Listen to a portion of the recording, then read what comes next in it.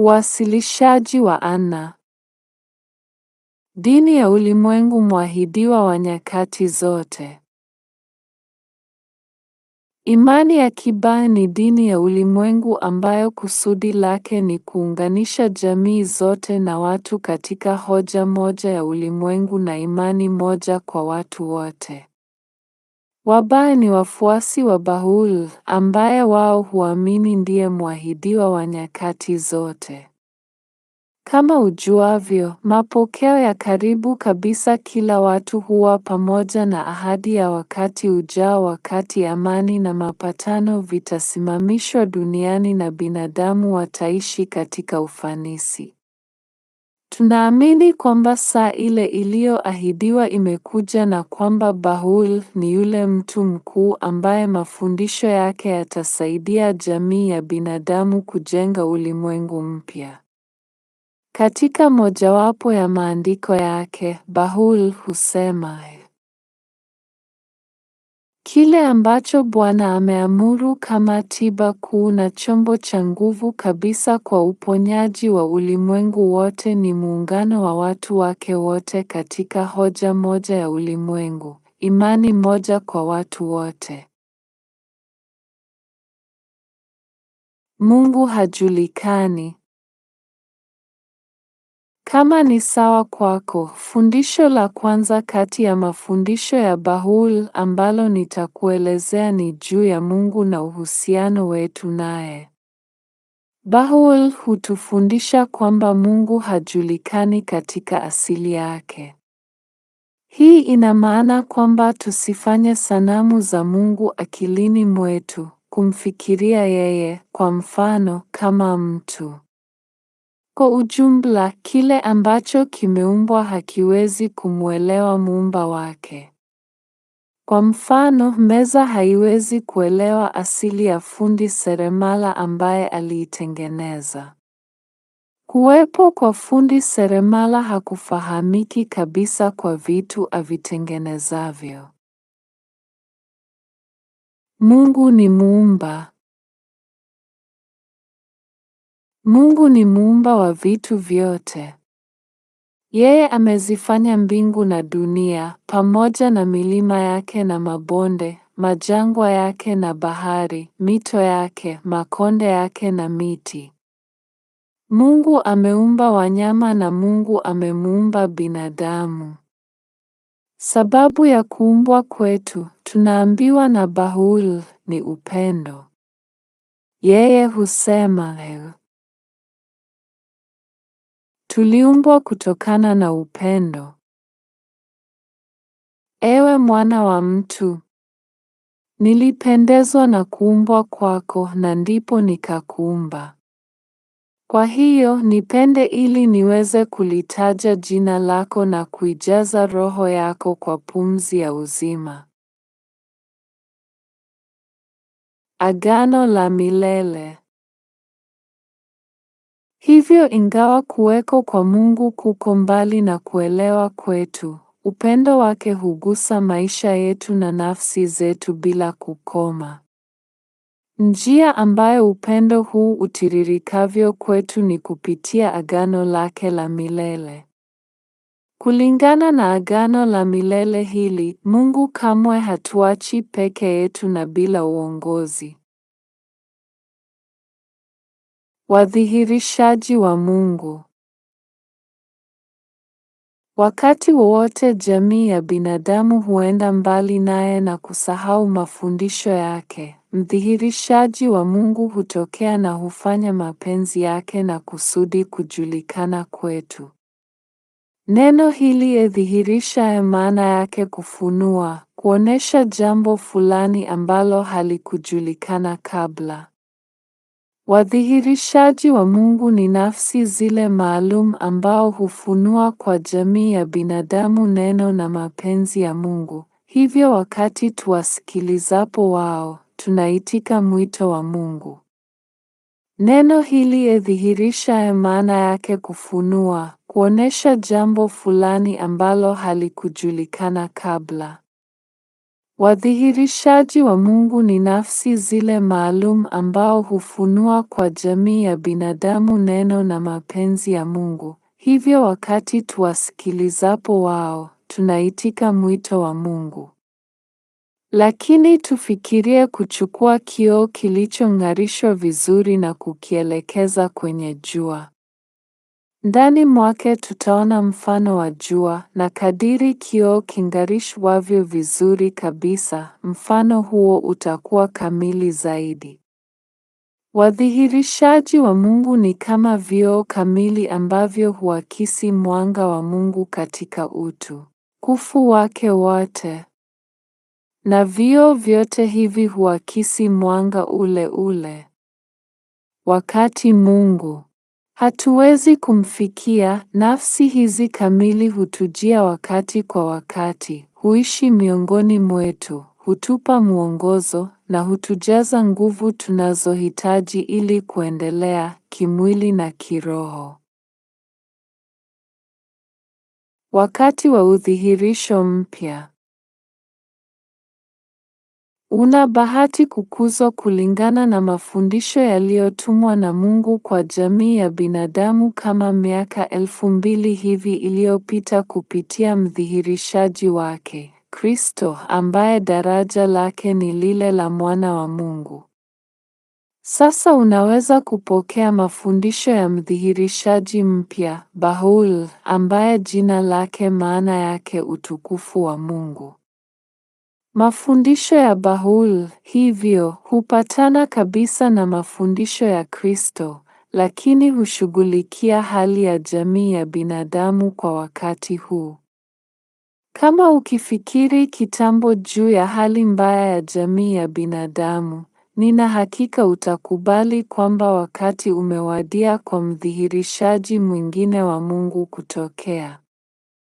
Acha nikusomee kifungu kutoka maandiko ya Bahul ambacho huzungumzia juu ya siku ambamo sisi huishi. Hii ndiyo siku ambamo fadhili bora kabisa za Mungu zimemiminiwa juu ya watu, siku ambamo neema yake yenye nguvu imeingizwa ndani ya viumbe vyote. Imewapasa watu wote wa ulimwengu kusuluhisha tofauti zao na, kwa umoja kamili na amani, waishi chini ya kivuli cha mti wa uangalizi wake na wema wa upendo wake. Umoja wa wanadamu. Lifuatalo kati ya mafundisho ya Bahul ambalo ningependa kulitoa kwako huhusiana na kusudi la imani ya Kibao, ambalo ni kuunganisha jamii ya binadamu. Katika mafundisho ya Kibao tunaambiwa kwamba sisi tu matunda ya mti mmoja na majani ya tawi moja. Ingawa tunatofautiana mmoja kwa mwingine kimaumbile na kihisia, ingawa tuna vipaji na uwezo tofauti, sote tumetokea kutoka mzizi ule ule, sote tu wa familia ile ile ya binadamu. Jamii ya binadamu inaweza kulinganishwa na bustani kubwa mno ambamo ndani mwake hukua kwa pamoja maua ya kila umbo, rangi na manukato. Mvuto na uzuri wa bustani hiyo vimo katika tofauti hii. Tusiruhusu tofauti ambazo zipo miongoni mwetu, katika sifa bainifu zetu za kimaumbile, tabia zetu, asili zetu, fikra zetu na maoni, kuzusha mapambano na ugomvi. Lazima tuwaone watu wa jamii ya binadamu kama maua mazuri yanayokuwa katika bustani ya jamii ya binadamu na tufurahi kuwa wa bustani hii. Ungana nasi katika kujitahidi kuleta maono yake. Ingawa umoja wa binadamu ni ukweli usiokanushika, watu wa dunia wako mbali mno nao kwamba kuwaunganisha sio kazi rahisi. Kama ukichagua kujiunga na jamii ya Kibao, na ingeniletea furaha kubwa mno kama ungefanya hivyo, utashiriki na sisi wengine katika jitihada zetu kujenga na kudumisha umoja. Sisi sote tunajitahidi kupatanisha fikra zetu na vitendo na imani yetu katika umoja wa binadamu. Tunaambiwa kwamba wakati wazo la vita huingia akilini mwetu, mara tu sharti tulibadilishe kwa wazo la amani. Wakati hisia ya chuki huanza kuonekana mioyo mwetu, mara moja sharti tuibadilishe kwa hisia ya upendo. Sharti tufanye chochote kiwezekanacho kushinda chuki zetu. Chuki za kijamii, rangi, utaifa, utamaduni, dini na jinsia, hivi ni miongoni mwa vizuizi vikubwa kabisa kwa kuujenga ulimwengu bora.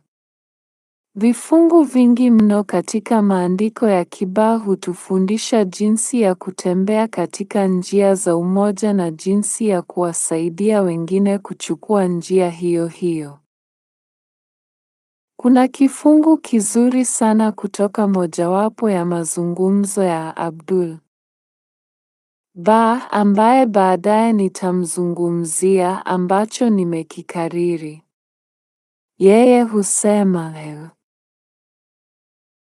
Bahul amechora duara la umoja, yeye amefanya mpango kwa ajili ya kuwaunganisha watu wote, na kwa ajili ya ukusanyaji wa wote chini ya kivuli cha hema la umoja wa wote. Hii ni kazi ya baraka ya Mungu, na sote lazima tujitahidi kwa moyo na roho mpaka tumepata uhalisi wa umoja miongoni mwetu. Na kadiri tufanyavyo kazi, ndivyo tutakavyopewa nguvu. Dalili za ukuu. Bahul alizaliwa mnamo mwaka 1817 huko Tehran, mji mkuu wa Iran. Kutoka utoto wake wa mapema, yeye alionyesha ishara za ukuu. Yeye alipata mafunzo kidogo nyumbani, lakini hakuhitaji kuhudhuria shule, kwa kuwa alijaliwa na Mungu elimu ya kiasili. Bahul alitoka kwenye familia bora na alipokuwa kijana, alipewa daraja la juu katika baraza la mfalme, lakini yeye alilikataa. Yeye alipenda kujitolea wakati wake kwa kuwasaidia wadhulumiwa, wagonjwa na maskini na kuitetea hoja ya haki. Kuna jinsi mbili za maisha ya Bahul ambazo ningependa kuzitaja hasa. Moja ni mateso aliyovumilia. Nyingine ni nguvu kubwa mno aliyokuwa nayo juu ya mioyo na akili za watu. Hizi kwa kweli ziliainisha maisha ya wadhihirishaji wote wa Mungu. Mateso na ushawishi. Mateso ya Bahul yalianzia wakati ule alipoinuka kutangaza hoja ya Mungu. Maisha yake yalikuwa ya uhamisho, kifungo na mateso. Alifungwa minyororo katika shimo jeusi na la kusikitisha huko Tehran. Alihamishwa mara 4 kutoka nchi hadi nchi. Hatimaye alipelekwa kwenye mji jela wa Ak katika milki ya Uturuki. Mateso yake yalikuwa makali mno hapo kwamba ameurejea mji wa Ak kama gereza kuu kabisa. Katika mojawapo ya nyaraka zake tunasoma, uzikumbuke siku zangu wakati wa siku zako, na taabu yangu na uhamisho wangu katika gereza hili la mbali. Na uwe thabiti sana katika upendo wangu kwamba moyo wako hautatetereka hata kama panga za maadui zitanyesha vipigo juu yako na mbingu zote na nchi vitainuka dhidi yako. Uzuri wa kale amekubali kufungwa kwa minyororo ili kwamba binadamu waweze kufunguliwa kutoka kwenye utumwa wao, na amekubali kufanywa mfungwa ndani ya ngome hii kuu kabisa kwamba dunia yote iweze kufikia kwenye uhuru wa kweli. Amekunywa mashinda ya kikombe cha huzuni, ili watu wote wa dunia waweze kupata shangwe ya kudumu na kujazwa na furaha. Hii ni kwa huruma ya Bwana wenu, mwenye huruma, mwenye rehema kabisa. Tumekubali kushushwa, waumini, katika umoja wa Mungu, ili muweze kutukuzwa, na tumepatwa na mateso ya namna nyingi, ili muweze kufanikiwa na kusitawi. Yeye ambaye amekuja kujenga upya ulimwengu wote, angalia jinsi wao ambao wamefanyiza Mungu washiriki wamemlazimisha yeye kukaa ndani ya miji ya majangwa kabisa. Nuru ya ukweli haizimiki kwa urahisi. Kila jitihada ilifanywa na mabaraza mawili ya nguvu, yale ya mfalme wa Iran na milki ya Uturuki, kumpinga Baul na mafundisho yake. Lakini mwanga wa ukweli hauzimwi kwa urahisi. Maji yenyewe ambayo humiminiwa juu ya moto huu kuzima mwali wake hugeuka kuwa mafuta, na moto huo huwaka kwa nguvu zaidi. Hakuna kilichoweza kufanywa kuzuia nguvu iliyokuwa ikiongezeka ya Baul. Kadiri mamlaka yalivyomhamishia mbali zaidi, ndivyo idadi kubwa zaidi ya watu iliyovutiwa na mafundisho yake na kutambua nguvu na utukufu wake. Bila kujali mateso ya wakati wote, Baul aliendelea kufunua neno la Mungu kwa zaidi ya miaka 40 na alileta upendo mwingi mno na nguvu ya kiroho katika ulimwengu huu kwamba ushindi wa hatimaye wa hoja yake ni wa uhakika. Baul alifariki mnamo mwaka 1892. Kaburi lake takatifu ambalo tunalifikiria kama mahali patakatifu kabisa duniani, liko karibu na mji wa Ak. Hizi ni baadhi ya kadi za posta nilizo nazo za maingilio kwenye kaburi hilo na bustani zinazolizunguka. Hujui jinsi gani ningependa kwenda hija huko nchi takatifu. Natumaini siku fulani wewe utaweza kufanya hivyo pia. Mtume kutangaza kuja kwake. Miaka kadhaa kabla ya Baul kutangaza utume wake, Mungu alituma mjumbe maalum kutangaza kuja kwake. Mjumbe huyu mkuu alichukua jina la Ibbe ambalo maana yake ni lango. Yeye kwa kweli alikuwa lango kwa elimu ya Mungu na kwa wakati mpya katika kuwepo kwa binadamu. Kwa miaka 6 alifundisha bila kukoma kwamba kujitokeza kwa mdhihirishaji mpya wa Mungu kulikuwa kumekaribia na aliandaa njia kwa kuja kwake. Yeye aliwaambia watu kwamba walikuwa wakishuhudia mapambazuko ya wakati mpya, mapambazuko ya siku iliyoahidiwa ya Mungu. Aliwasihi kutakasa mioyo yao kutokana na upuuzi wa kidunia ili kwamba waweze kumtambua yeye ambaye Mungu mara angemdhihirisha. Maelfu kwa maelfu ya watu waliukubali ujumbe wa Bwana, walianza kufuata mafundisho yake.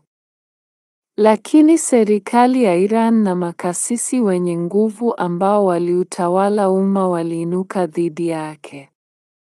Wafuasi wake waliteswa na idadi kubwa waliuawa. Bu mwenyewe kwenye umri wa miaka 31 aliuawa kishahidi na kikosi cha askari ambao kwa amri ya serikali walimning'iniza katika uwanja wa hadhara na kumpiga risasi. Ili uweze kuona maneno ya Bwana ya kupenyeza jinsi gani, ningependa kusema 2 kati ya sala zake. Kuna muondoa shida yoyote isipokuwa Mungu. Sema Mungu asifiwe. Yeye ni Mungu. Wote ni watumishi wake na wote huishi kwa amri yake. Sema, Mungu hutosheleza vitu vyote juu ya vitu vyote, na hakuna chochote mbinguni au duniani bali Mungu hutosheleza. Kwa kweli, yeye mwenyewe nafsini mwake yu mjuaji, mruzuku, mwenye nguvu zote.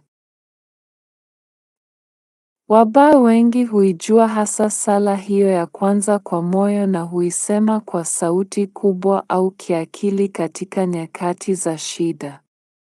Kama unapenda, tunaweza kutulia kidogo na unaweza kuikariri. Kwa kweli ni rahisi kufanya hivyo. Kufuatia kuuawa kwake kiushahidi, maiti ya B ilipatwa tena na wafuasi wake na kuchukuliwa kutoka mahali hadi mahali, daima ikifichwa kutoka kwa maadui wa imani. Hatimaye ilihamishiwa kwenye mlima Kameli katika nchi takatifu. Akishiriki picha za nchi takatifu.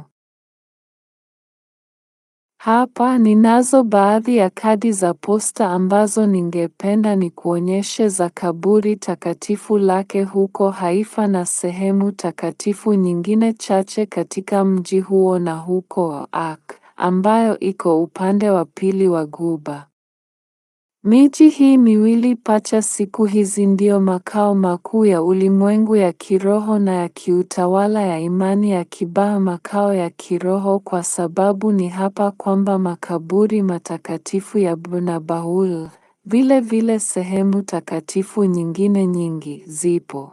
Na makao ya kiutawala kwa sababu kiti cha shirika kuu kabisa la imani linalotawala, nyumba ya haki ya ulimwengu, kipo pia kwenye mlima wa Karmeli. Kituo cha Agano. Wazo la katikati kabisa kwa maisha yetu kama Wabaa ni kwamba tumeingia katika agano na Bahul. Kama ujuavyo, katika dini nyingine zote, baada ya kufariki kwa mdhihirishaji, wafuasi wake walikuwa na maelfu ya mabishano miongoni mwao wenyewe na, kama matokeo, waliigawa dini hiyo katika madhehebu mengi. Chanzo cha utengano mara nyingine kilikuwa tamaa ya uongozi ya watu binafsi kadhaa wataka makuu. Lakini wakati tofauti za maoni zilizuka hata kati ya waumini wanyofu juu ya nini maneno ya mdhihirishaji yalimaanisha, hakuna aliyeidhinishwa na mdhihirishaji mwenyewe kuamua ugomvi, na hii ilichangia kwenye mapambano na marafakano. Kila seti ya tafsiri ilipelekea kwenye kubuni madhehebu tofauti. Bahul ameilinda imani yake dhidi ya migawanyiko kama hiyo kwa kuijalia nguvu ya kipekee, nguvu ya agano. Kabla ya kufariki kwake, alisema katika maneno yaliyo wazi kabisa katika maandishi kwamba baada ya yeye, Wabaa wote sharti wamgeukia Abdul-Ba, mwanaye mkubwa kabisa, hivyo alitajwa mfasiri pekee wa maneno yake na kiini cha agano lake. Yeye alikuzwa na Bahul mwenyewe, alipata kulitambua daraja lake hata kama akiwa mtoto mdogo na amepata kushiriki mateso ya baba yake. Yeye alikuwa zawadi ya thamani kabisa iliyotolewa kwa jamii ya binadamu. Kiolezo kamili cha mafundisho yote ya Kibaha. Abdul-Ba aliishi humu duniani kwa miaka 77. Alizaliwa mnamo usiku ule ule B alipotangaza utume wake mnamo mwaka 1844 na alifariki mnamo Novemba 1921. Maisha yake yalijawa na mateso, lakini kwa kila mmoja aliyeingia machoni pake yeye alimletea shangwe kubwa kabisa na furaha. Baada ya kufariki kwa baba yake, wajibu kwa ajili ya jamii ya Kibaha uliangukia kwenye mabega yake, na yeye alijishughulisha mchana na usiku kueneza imani mote Mashariki na Magharibi. Yeye aliandika maelfu ya nyaraka kwa mtu mmoja mmoja na vikundi kila mahali, na alifafanua mafundisho ya baba yake. Ufafanuzi wake hivi sasa ni sehemu muhimu ya maandiko ya imani ya Kibaha. Kwa kukazia macho juu ya Abdul-Baha kama kiini cha agano, Wabaha wa ulimwengu hubakia wameunganika katika jitihada zao kuishi maisha ya Kibaha na kujenga ustaarabu mpya. Tunakumbuka kwamba kama sehemu ya ahadi yetu kwa Baha'u'llah tu wa kupendana, na katika Abdul-Baha tunaona mfano kamili wa yule ambaye hupenda. Tunakumbuka kwamba lazima tuitetee haki, kwamba lazima tuwe wakarimu, kwamba lazima tusiangalie makosa ya wengine, na kutoka mfano wa Abdul-Baha tunajifunza haki, ukarimu na usamehevu. Zaidi kuliko kingine chochote kile, kwa kuweka mkazo wetu juu ya Abdul-Baha, wakati wote tunatambua ahadi yetu na Baha'u'llah kwamba hatutaruhusu umoja wa wafuasi wake kuvunjika, na kwamba tukiunganika kama jamii ya ulimwengu, tutajishughulisha hadi umoja wa binadamu umesimamishwa imara. Mlinzi. Katika wosia na agano lake, Abdul-Baha alimtaja mjukuu wake mlinzi wa imani, na baada ya kufariki kwake, Shoghi Effendi alikuwa mfasiri aliyeidhinishwa wa mafundisho. Kwa miaka 36, yeye aliendeleza kazi ya babu yake, akifafanua maneno ya mdhihirishaji na akiiweka imara imani yake katika sehemu zote za sayari. Miaka 5.5 baada ya kufariki kwake, Wabaha wa ulimwengu walichagua nyumba ya haki ya ulimwengu, kama ilivyoonwa na Baha'u'llah na kuelezewa kwa uwazi na Abdul-Baha na mlinzi. Nyumba ya haki ya ulimwengu ni shirika kuu la imani ambalo kwake Wabaha wote wa ulimwengu hivi sasa wanageukia. Tiini amri zangu kwa ajili ya upendo wa uzuri wangu. Mawazo mengi niliyoyaelezea juu ya somo hili la mwisho huhitaji fikira nyingi. Kama unakubali, wakati mwingine tunaweza kulijadili jambo hili kwa undani zaidi. Kwa majadiliano hayo, nitaleta vifungu vichache kutoka kitabu cha Agano la Baha'u'llah, vile vile wosia na agano la Abdul-Baha ili tuweze kuvisoma pamoja. Lakini acha niendelee na kukuwasilishia mawazo mengine machache ambayo utataka kuyajua juu ya imani ya Kibaha tokea mwanzoni kabisa. Jinsi ya muhimu kabisa ya kila dini ni sheria ambazo mdhihirishaji huzileta kwa jamii ya binadamu ili kuiongoza katika njia iliyonyooka. Jamii ya binadamu iendeleavyo na kukua. Katika imani, baadhi ya sheria hizi na amri ni za milele, nyingine hubadilika kadiri. Tunafundishwa kwamba tusifikirie juu ya sheria za Kibaha kama mfululizo wa yale ya kufanya na yasiyo ya kufanya. Baha'u'llah hutuambia kwamba sheria zake ni taa za majaliwa yangu ya upendo miongoni mwa watumishi wangu, na funguo za rehema yangu kwa ajili ya viumbe wangu. Wala tusitii sheria hizi kutokana na woga wa adhabu, kwa kuwa yeye kwa udhahiri amesema katika kitabu chake kitakatifu kabisa, tiini amri zangu, kwa ajili ya upendo wa uzuri wangu. Swala za faradhi kama mfano wa sheria za Baha'u'llah. Mawazo haya yatakuwa dhahiri zaidi kama nikikupa mifano michache ya sheria za Kibaha. Katika ulimwengu wa kimwili, binadamu lazima wale kila siku. Haya ni mahitaji ya mwili wa binadamu. Kama hatuli, tutapata magonjwa na kufa haraka.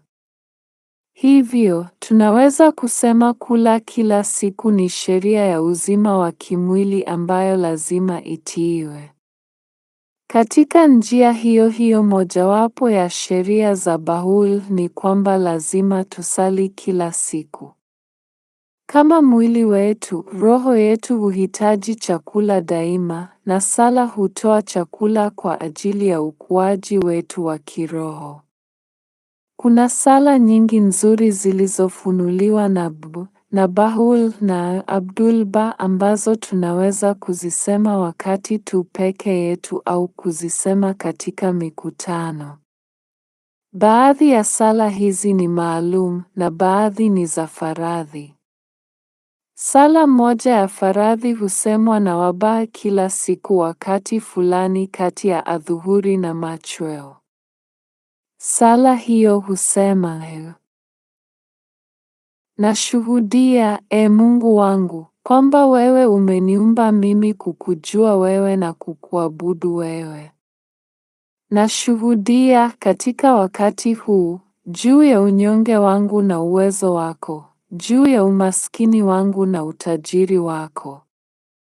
Hakuna Mungu mwingine ila wewe, msaada katika mashaka, aliyepo mwenyewe. Kusengenya marufuku. Katika amri nyingine, Baha'u'llah hukataza usengenyaji na usingiziaji. Hii ni muhimu kwa sababu, kama ukilifikiria, adui mmojawapo mkubwa kabisa wa umoja ni usengenyaji. Na kwa bahati mbaya, imekuwa desturi iliyoimarika miongoni mwa binadamu wengi kabisa kuzungumzia juu ya makosa ya watu wengine wasipokuwepo. Kila mtu huonekana akijihusisha na makosa ya mtu mwingine, ambayo hukuzwa kuwa makubwa zaidi na makubwa zaidi kila wakati atajwavyo. Abdul-Baha hutuambia kufanya kinyume kabisa. Kama tukiona sifa njema 10 katika mtu fulani na kosa moja, lazima tumakinikie zile 10, na hata kama mtu ana makosa 10 na sifa njema moja tu, lazima tukazie macho yetu kwenye ile sifa moja. Emilia, ambaye anasikiliza kwa shauku maalum maneno ya mwisho ya Anna, hukumbuka matukio ya hivi karibuni huko shuleni ambamo kwamo usengenyaji ulipelekea kwenye watu wengi kuumizwa. Marafiki hawa wawili huzungumza kwa muda fulani juu ya jinsi umbea uwezavyo kuharibu urafiki, na halafu Anna hutafuta katika kijitabu chake na husoma yafuatayo: Ewe mwenzi wa kiti changu cha ufalme, usisikie uovu na usione uovu, usijishushe wala kuhema kwa mashaka na kulia.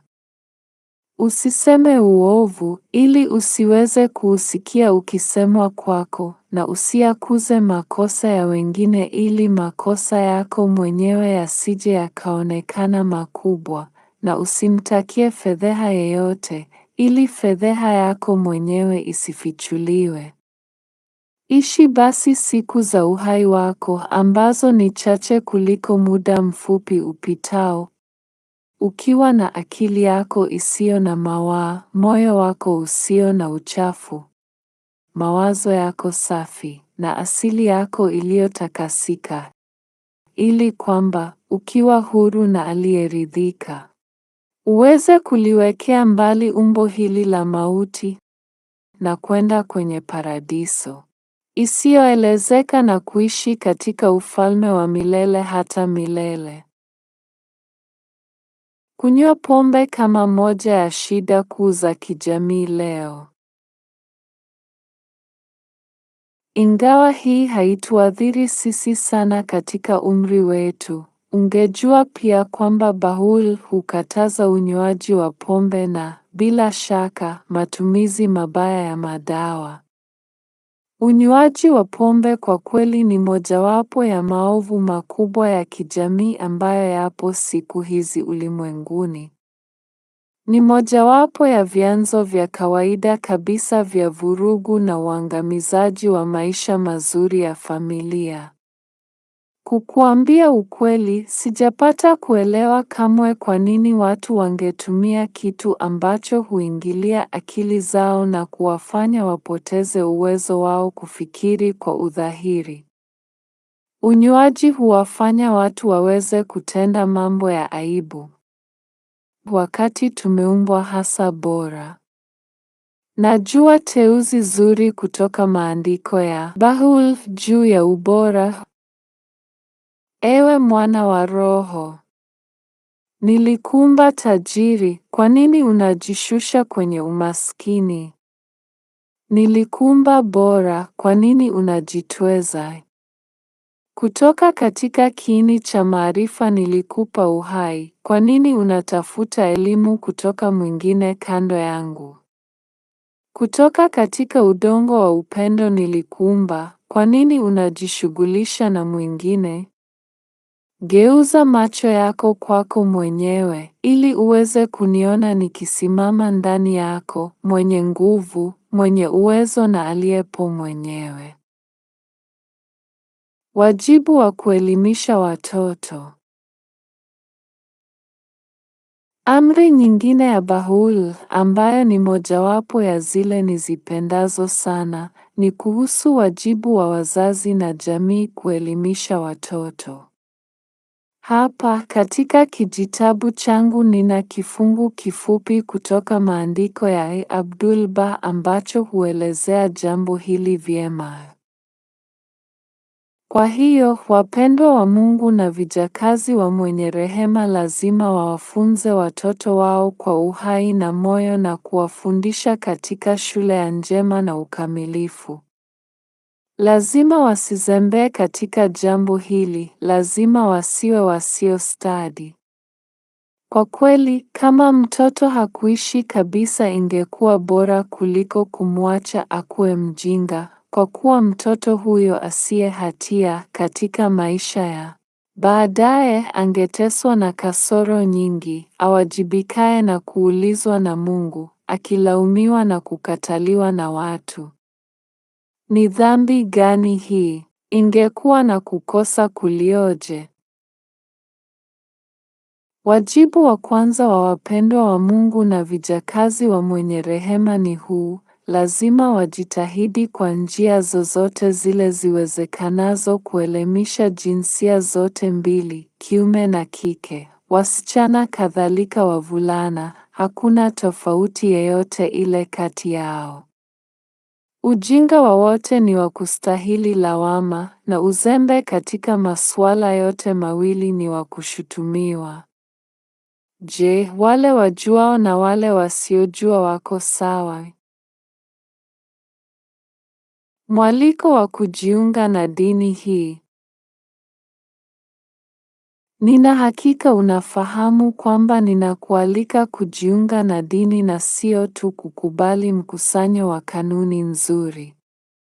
Kwa kweli, imani ya Kibaha ni dini yenye utaratibu mzuri sana ambayo shabaha yake sio nyingine kuliko uunganishaji wa jamii nzima ya binadamu. Itakuwa ni msaada kwako kufikiria juu ya kazi ya Wabaha kama ujengaji wa ustaarabu wa ulimwengu. Nyumba ya Haki ya Ulimwengu hutuambia kwamba kuna washiriki watatu katika kazi hii, kila mmoja akiwa na nafasi muhimu sana.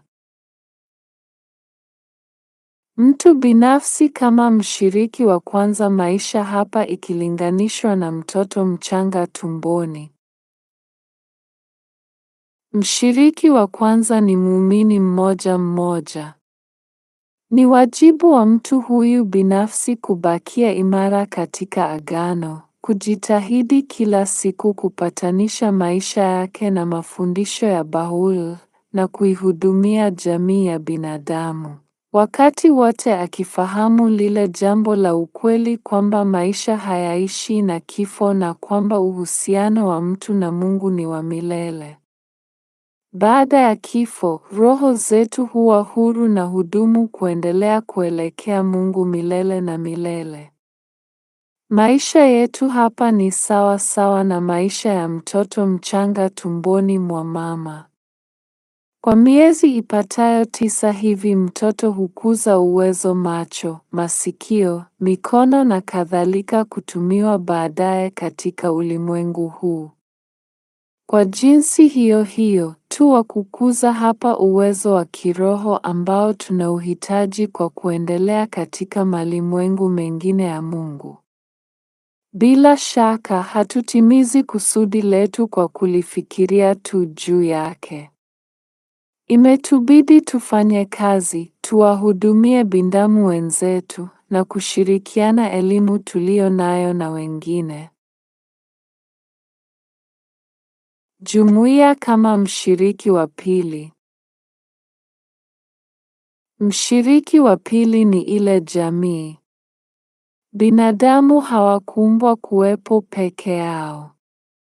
Sisi huishi katika jamii na lazima tufanye kazi pamoja kujenga ule ustaarabu mpya. Jamii ambayo iko karibu kabisa nasi ni ile ya kijiji ambayo huwa na wabao wa kijiji chetu au mji. Ni katika jamii ya kijiji ambapo sisi hujifunza kushirikiana mmoja kwa mwingine, kukua pamoja na kuunganika.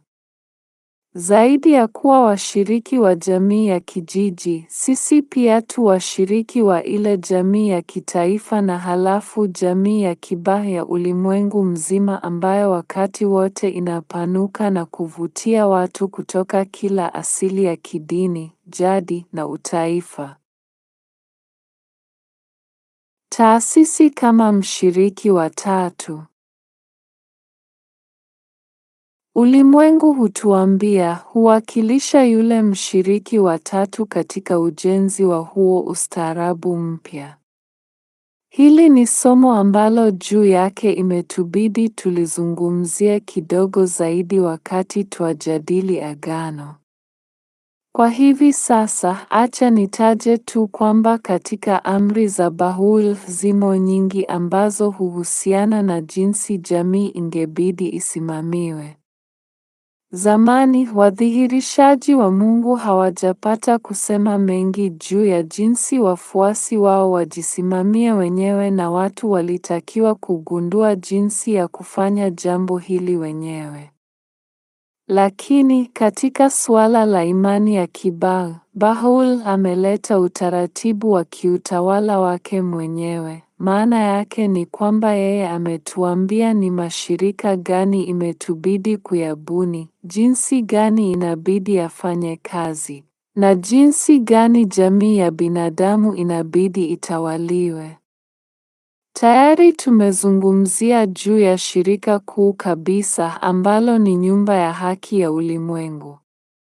Katika kila nchi, Wabaha huchagua mara moja kila mwaka baraza la kiroho la kitaifa, na katika kila kijiji, baraza la kiroho la kijiji. Hili ni lile shirika ambalo utapata kulijua mara tu. Hakuna makasisi wala wachungaji katika imani ya kibaha, na ni baraza la kiroho la kijiji ambalo huongoza shughuli za jamii na hulinda ustawi wa muumini mmoja mmoja. Baraza la kiroho la kijiji huwa na wajumbe 9 waliochaguliwa katika hali ya maombi kwa kura ya siri na waumini wote walio watu wazima katika jamii. Mabaraza ya kiroho ni ya muhimu sana kwa Wabaha. Kwa kupitia hayo sisi hujifunza jinsi gani shughuli za binadamu zingesimamiwa na jinsi gani utaratibu mpya unaweza kusimamishwa katika jamii, utaratibu ambao ni wa kujulikana kama utaratibu wa ulimwengu wa Bahul. Zawadi ya kitabu cha maombi. Anna huchukua kitabu kidogo cha sala kutoka kwenye mfuko wake na kumpa Emilia kama zawadi, akipendekeza wasome sala pamoja kabla ya kwenda njia zao mbalimbali. Emilia hufungua kitabu na husoma: Ee Mungu, changamsha na furahisha roho yangu. Takasa moyo wangu.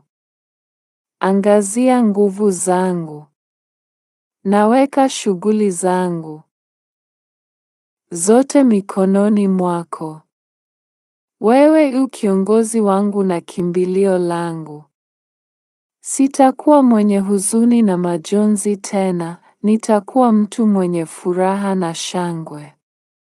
Ee Mungu, sitajawa na mashaka tena wala sitaacha taabu zinisumbue.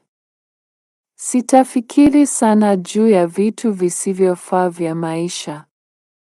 Ee Mungu, wewe u rafiki zaidi kwangu kuliko nilivyo kwangu mimi mwenyewe. Najitoa mwenyewe kwako, Ee Bwana.